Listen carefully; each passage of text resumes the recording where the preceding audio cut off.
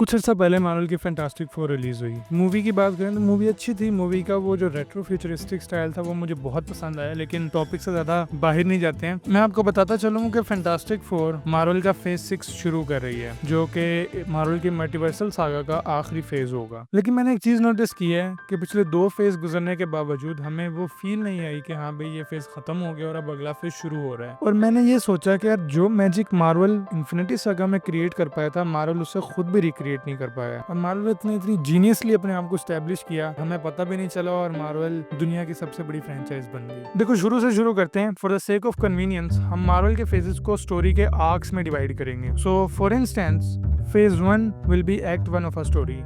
Act 1 में आप अपने कैरेक्टर्स को इंट्रोड्यूस करवाते हैं, क्योंकि कोई आपके कैरेक्टर्स को नहीं जानता तो वो उन्हें फर्क भी नहीं पड़ता। मार्वल के साथ भी यही केस था। मार्वल एक ऐसी स्टेज पे था जहाँ पे ना इनके पास स्पाइडरमैन जैसा कैरेक्टर था, ना एक्समैन जैसा जो कि पहले ही फेमस थे। तो उन्हें एक ऐसा कैरेक्टर चूज करना था जिसको ऑडियंस नहीं जानती थी, और उन्होंने चूज किया iron man.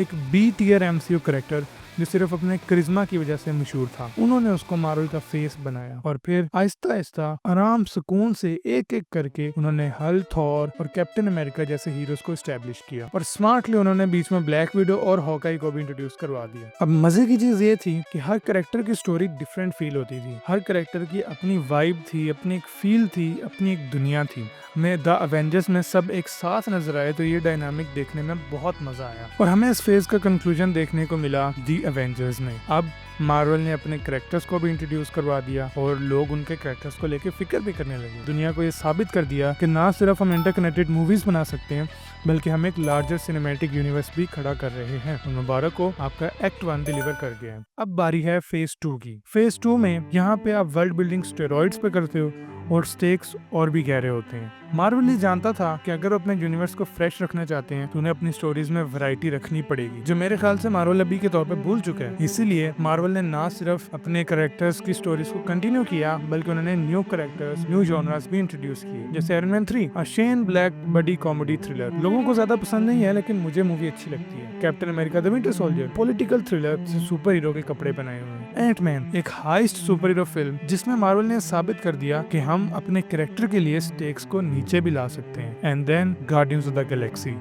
Guardians of the Galaxy एक ऐसी फिल्म थी जिसने मार्वल का एक नया फेज हमारे सामने रखा, और मार्वल ने दोबारा से ऑडियंस को ये दिखाया कि हम किसी भी कैरेक्टर को फेस बना सकते हैं। गार्डियंस ऑफ द गैलेक्सी भी एक बी टियर टीम थी, मार्वल ने उन्हें उठाया, one of the most iconic teams बना दिए। मेरे ख्याल से मार्वल के पास स्पाइडरमैन और एक्समैन ना होना हमारा ही फायदा था, क्योंकि अगर इनके पास वो कैरेक्टर होते तो वो जाहिर सी बात है उन्हें इस्तेमाल करते, तो हमें आयरन मैन और कैप्टन अमेरिका ऐसे अननोन कैरेक्टर्स ना देखने को मिलते। तो जो होता है अच्छे के लिए होता है। मार्वल अपनी अगली स्टोरीज को भी हिंट करता रहा। एज ऑफ अल्ट्रॉन में Sokovia, guardians of the Galaxy में इन्फिनिटी स्टोन्स, विंटर सोल्जर में फ्रैक्चर्ड अलायंस फ्यूचर स्टोरीज को भी सेटअप कर रहा था, और साथ साथ अपने मेन फेज को भी उतने ही सीरियस लेकर चल रहा था। अब आपकी वर्ल्ड बिल्डिंग और अच्छी हो चुकी है, आपके स्टेक्स और गहरे हो चुके हैं, और मुबारक हो, आपका फेज 2 भी सक्सेसफुल हो चुका है। अब बारी है फेज 3 की और स्टोरी के एक्ट 3 की। यहाँ पे भाई आपने एक सेटिस्फैक्टरी लोगों को क्लाइमैक्स देना है, और जो पिछले 2 एक्ट गुजरे आपने उनका पे ऑफ देना है। अभी तक तो मार्वल के होश ठिकाने थे। मार्वल ना सिर्फ अपने कैरेक्टर आर्क्स को कंटिन्यू कर रहा था, बल्कि वो नए कैरेक्टर्स को भी इंट्रोड्यूस कर रहा था, जैसे Spiderman, black panther, doctor strange, captain Marvel. अब मार्वल ने यहाँ पे एक गेम खेली। मार्वल ने कहा हम क्यों इंतजार करें किसी बड़े विलन का कि वो आए और हमारी टीम में फसाद पैदा करे, ये काम वो खुद ही कर लेंगे। Boom, Civil war.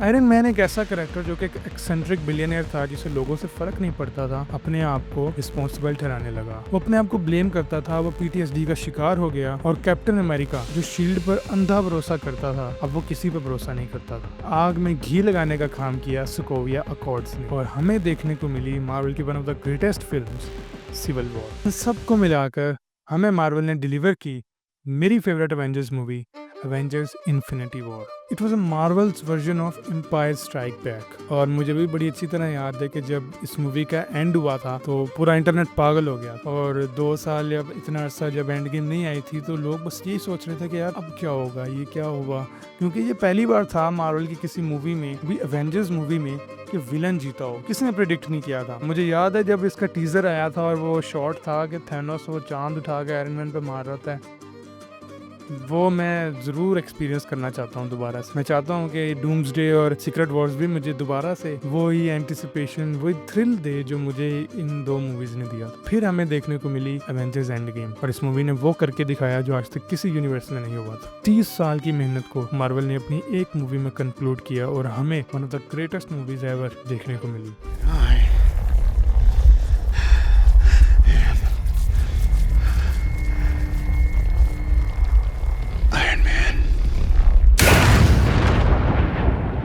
मेरे ख्याल से अभी तक तो आपको समझ आ गई होगी कि why Marvel world in Infinity Saga and why it is not working in multiversal saga. क्योंकि मार्वल ने स्टोरी टेलिंग बेसिक्स को ऐसे जकड़ के रखा हुआ था, उन्होंने स्टोरी टेलिंग बेसिक्स को नहीं जाने दिया। इसी वजह से हमें इतनी ज्यादा कोहेसिव और इतनी ज्यादा वेल कैलकुलेटेड स्टोरीज देखने को मिली। और मेरे ख्याल से मार्वल ये चीज को अब थोड़ा भुला चुका है, वो इन चीजों पे ज्यादा ध्यान नहीं देता। लेकिन let's see, that's it for today's video. Let me know what you think कि क्या रीज़न है कि मार्वल मल्टीवर्सल सागा में नहीं वो मैजिक क्रिएट कर पाया। ये काम भी मैं ही करूं? चलो ठीक है, ये मेरे ज़िम्मे। I will see you in the next one.